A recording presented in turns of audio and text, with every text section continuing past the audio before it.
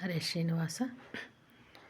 ಸರ್ವಗುಣಸಮಾಯುಕ್ತಂ ವಿಠ್ಠಲಂ ಸಮುಪಾಸಯನ್ ಸಮಸ್ತಶಿಷ್ಯಸಂದೋಹಂ ಸಮುದ್ಧರನ್ ಸದಾ ಹಿ ಯಃ ತತ್ವಾರ್ಥಂ ಬೋಧಯಾಮಾಸ ದ್ವೈತಾಮೃತರಸಾಯನಂ ವಿದ್ಯಾನಿಧಿ ಮುನೀಂದ್ರಂ ತಂ ಚಿಂತಯೇಹಂ ಕೃಪಾನಿಧಿಂ.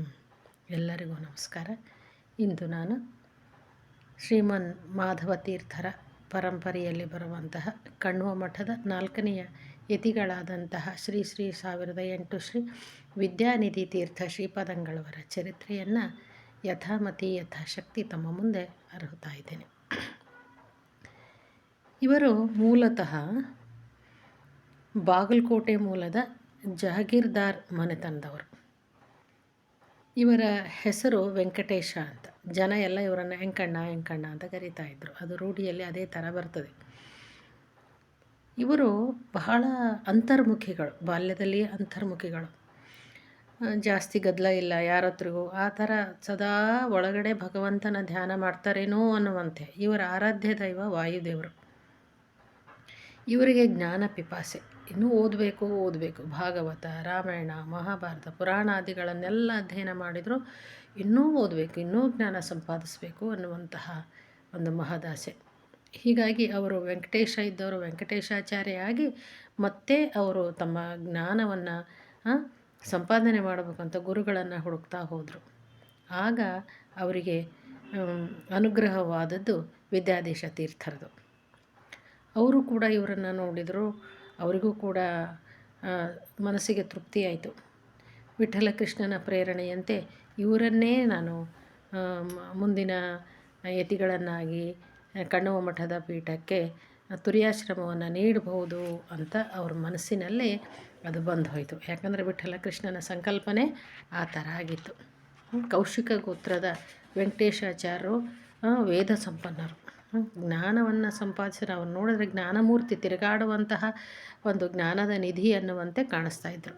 ಅಂಥವರಿಗೆ ಗುರುಗಳು ವಿಠ್ಠಲ ಕೃಷ್ಣನ ಆಜ್ಞಾನುಸಾರವಾಗಿ ಕೀಲನಾಮ ಸಂವತ್ಸರ ಆಷಾಢ ಕೃಷ್ಣ ಪಕ್ಷ ದ್ವಿತೀಯ ದಿನಾಂಕ 18/7/1848 ಅವರಿಗೆ ವಿದ್ಯಾನಿಧಿ ತೀರ್ಥ ಎನ್ನುವಂತಹ ನಾಮಾಭಿದಾಯವನ್ನು ನೀಡಿ ಅವರಿಗೆ ಸನ್ಯಾಸ ದೀಕ್ಷೆಯನ್ನು ನೀಡಿದರು. ಸನ್ಯಾಸ ದೀಕ್ಷೆಯನ್ನು ಪಡೆದುಕೊಂಡ ನಂತರ ಗುರುಗಳು ಮೊಟ್ಟ ಮೊದಲು ಹೋದದ್ದು ಸುರಪುರದ ಸಂಸ್ಥಾನಕ್ಕೆ. ಯಾಕಂದರೆ ಸುರಪುರದ ರಾಜರುಗಳು ಬಹಳ ಧರ್ಮಾವಿಷ್ಟ್ರು. ಅವರು ಗುರುಗಳನ್ನು, ಸಂತರನ್ನು, ಸಾಧುಗಳನ್ನು ಬಹಳ ಗೌರವಿಸುವಂಥವ್ರು. ಇನ್ನೂ ಇವ್ರ ಬಗ್ಗೆ ಒಂದು ಐತಿಹ್ಯ ಇದೆ. ಏನು ಅಂದರೆ, ಅವರ ಮಾತೋಶ್ರೀಯಾದಂತಹ ಈಶ್ವರಮ್ಮರ ನೇತೃತ್ವದಲ್ಲಿ ಸ್ವತಃ ಅರಸರೇ ಇವರನ್ನು ಮೇನೆಯಲ್ಲಿ ಕೂಡಿಸಿಕೊಂಡು ತಮ್ಮ ಅರಮನೆಗೆ ಕರೆದುಕೊಂಡು ಹೋದರು ಅಂತ ತಿಳಿದು ಬರ್ತಾಯಿದೆ. ಹೀಗೆ ಅವರಿಗೆ ಅಷ್ಟು ಅಪಾರ ಗೌರವವನ್ನು ಅವರು ಕೊಡ್ತಾಯಿದ್ರು. ಇವರು ಯತಿಯಾಶ್ರಮ ಸ್ವೀಕರಿಸಿದ ನಂತರ ಮೊದಲೇ ಜ್ಞಾನದ ಒಂದು ಪಿಪಾಸೆಯಲ್ಲಿ ಇದ್ದಂಥವರು. ಅವರು ವಿದ್ಯಾರ್ಥಿಗಳಿಗೆ, ಶಿಷ್ಯಂದರಿಗೆ ಜ್ಞಾನವನ್ನು ಬೋಧಿಸ್ತಾ ಮತ್ತು ತಾವೂ ಕೂಡ ಅಧ್ಯಯನ, ಅಧ್ಯಾಪನ ಎರಡನ್ನೂ ನಿರಂತರವಾಗಿ ಮಾಡ್ತಾ ಕಣ್ವ ಮಠದ ಒಂದು ಸ್ಥಾನಮಾನ ಗೌರವವನ್ನು ಉನ್ನತ ಸ್ಥಿತಿಗೆ ಒಯ್ದಂಥವರು ಶ್ರೀ ಗುರುಗಳು. ಈ ರೀತಿ ಇರಬೇಕಾದಾಗ ಗುರುಗಳು ಬೇರೆ ಬೇರೆ ರಾಜ್ಯಗಳಿಗೆ ತೆರಳಿ ಜನರಲ್ಲಿ, ಭಕ್ತರಲ್ಲಿ ಧರ್ಮ ಜಾಗೃತಿಯನ್ನು ಮಾಡಿದರು. ಈ ರೀತಿ ಇರಬೇಕಾದಾಗ ಅವರಿಗೆ ತಮಗೂ ಕೂಡ ಇನ್ನು ತಮ್ಮ ಉತ್ತರಾಧಿಕಾರಿಯನ್ನು ಹುಡುಕಬೇಕು ಅಂತ ಅಪೇಕ್ಷೆ ಆಯಿತು. ಹಾಗಾಗಿ ಅವರು ಕನಕಗಿರಿ ಮನೆತನದ ಹನುಮಂತಾಚಾರ್ಯರು ಕೂಡ ವೇದ ಸಂಪನ್ನರು. ಅವರಿಗೆ ಅವರು ಅಕ್ಷಯನಾಮ ಸಂವತ್ಸರ ಫಾಲ್ಗುಣ ಕೃಷ್ಣ ಪಕ್ಷ ಷಷ್ಠಿ ದಿನಾಂಕ 7/3/1866 ಅವರು ಸನ್ಯಾಸ ದೀಕ್ಷೆಯನ್ನು ನೀಡಿದರು. ಅವರಿಗೆ ವಿದ್ಯಾಸಂಪೂರ್ಣ ತೀರ್ಥರು ಅನ್ನುವಂತಹ ನಾಮಧೇಯವನ್ನು ನೀಡಿ ಅನುಗ್ರಹಿಸಿದರು. ಅವರು ವಿದ್ಯಾಸಂಪೂರ್ಣ ತೀರ್ಥರು ತಮ್ಮ ಗುರುಗಳ ಬೃಂದಾವನವನ್ನು ಅಕ್ಷೋಭ್ಯ ತೀರ್ಥರ ಅಂದರೆ ಬಿಳೆಬಾವಿ ಅನ್ನುವಂಥದ್ದು ತಾಳಿಕೋಟೆ ಹತ್ತಿರ ಬರುವಂತಹ ಒಂದು ಗ್ರಾಮ. ಅಲ್ಲಿ ಈಗಾಗಲೇ ಅಕ್ಷೋಭ್ಯ ತೀರ್ಥರ ಬೃಂದಾವನ ಇತ್ತು. ಅಲ್ಲೇ ಇವರ ಒಂದು ಬೃಂದಾವನವನ್ನು ಶ್ರದ್ಧಾಭಕ್ತಿಯಿಂದ ಅಲ್ಲಿ ಪ್ರತಿಷ್ಠಾಪನೆ ಮಾಡಿದರು ವಿದ್ಯಾಸಂಪೂರ್ಣ ತೀರ್ಥರು. ಈ ಗುರುಗಳ ವಿದ್ಯಾನಿಧಿ ತೀರ್ಥರ ಒಂದು ಮಹಿಮೆ ಅಪಾರವಾದದ್ದು.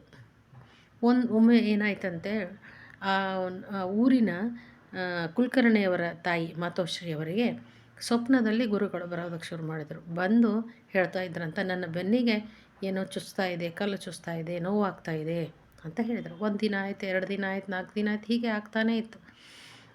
ಅವರು ಅಂದ್ಕೊಂಡ್ರು ಏನೋ ಇನ್ನು 1 ದಿನ 2 ದಿನ ಅಂದರೆ ಸರಿ ದಿನನಿತ್ಯ ಆಗ್ತದಲ್ಲ ಅಂತ ತಮ್ಮ ಮನೆಯಲ್ಲಿ ಯಜಮಾನರಿಗೆ ತಿಳಿಸಿದರು. ಯಜಮಾನರು ಆ ಕಾಲದಲ್ಲಿ ಜನ ಭಕ್ತಿ ಭಾವದಲ್ಲಿ ಗುರುಗಳ ಮೇಲೆ ಅಪಾರವಾದಂತಹ ಪ್ರೀತಿ ವಿಶ್ವಾಸ ಇಟ್ಕೊಂಡಂಥವ್ರು. ಅವರಂದರು, ಈಗಿನ ಕಾಲದವರಾಗಿದ್ದರೆ ಅದೆಲ್ಲ ಸುಳ್ಳು ಕನಸು, ಅದೆಲ್ಲ ಸುಳ್ಳು ನಡೆ ಅಂತ ಅಂದುಬಿಡ್ತಿದ್ರೇನೋ. ಅವರು ಮಹಾ ಗುರುಗಳನ್ನು ಗೌರವಿಸುವಂಥವರು, ಆಧರಿಸುವಂಥವ್ರು. ಅವರು ಅಂದರು ಆಯಿತು ಅಂತ ಬೃಂದಾವನವನ್ನು ಅದನ್ನು ತೆಗೆದು ನೋಡಿದರೆ ಗುರುಗಳ ಬೆನ್ನಿಗೆ ಒಂದು ಚೂಪಾದ ಕಲ್ಲನ್ನಿಟ್ಟಿತ್ತಂತ.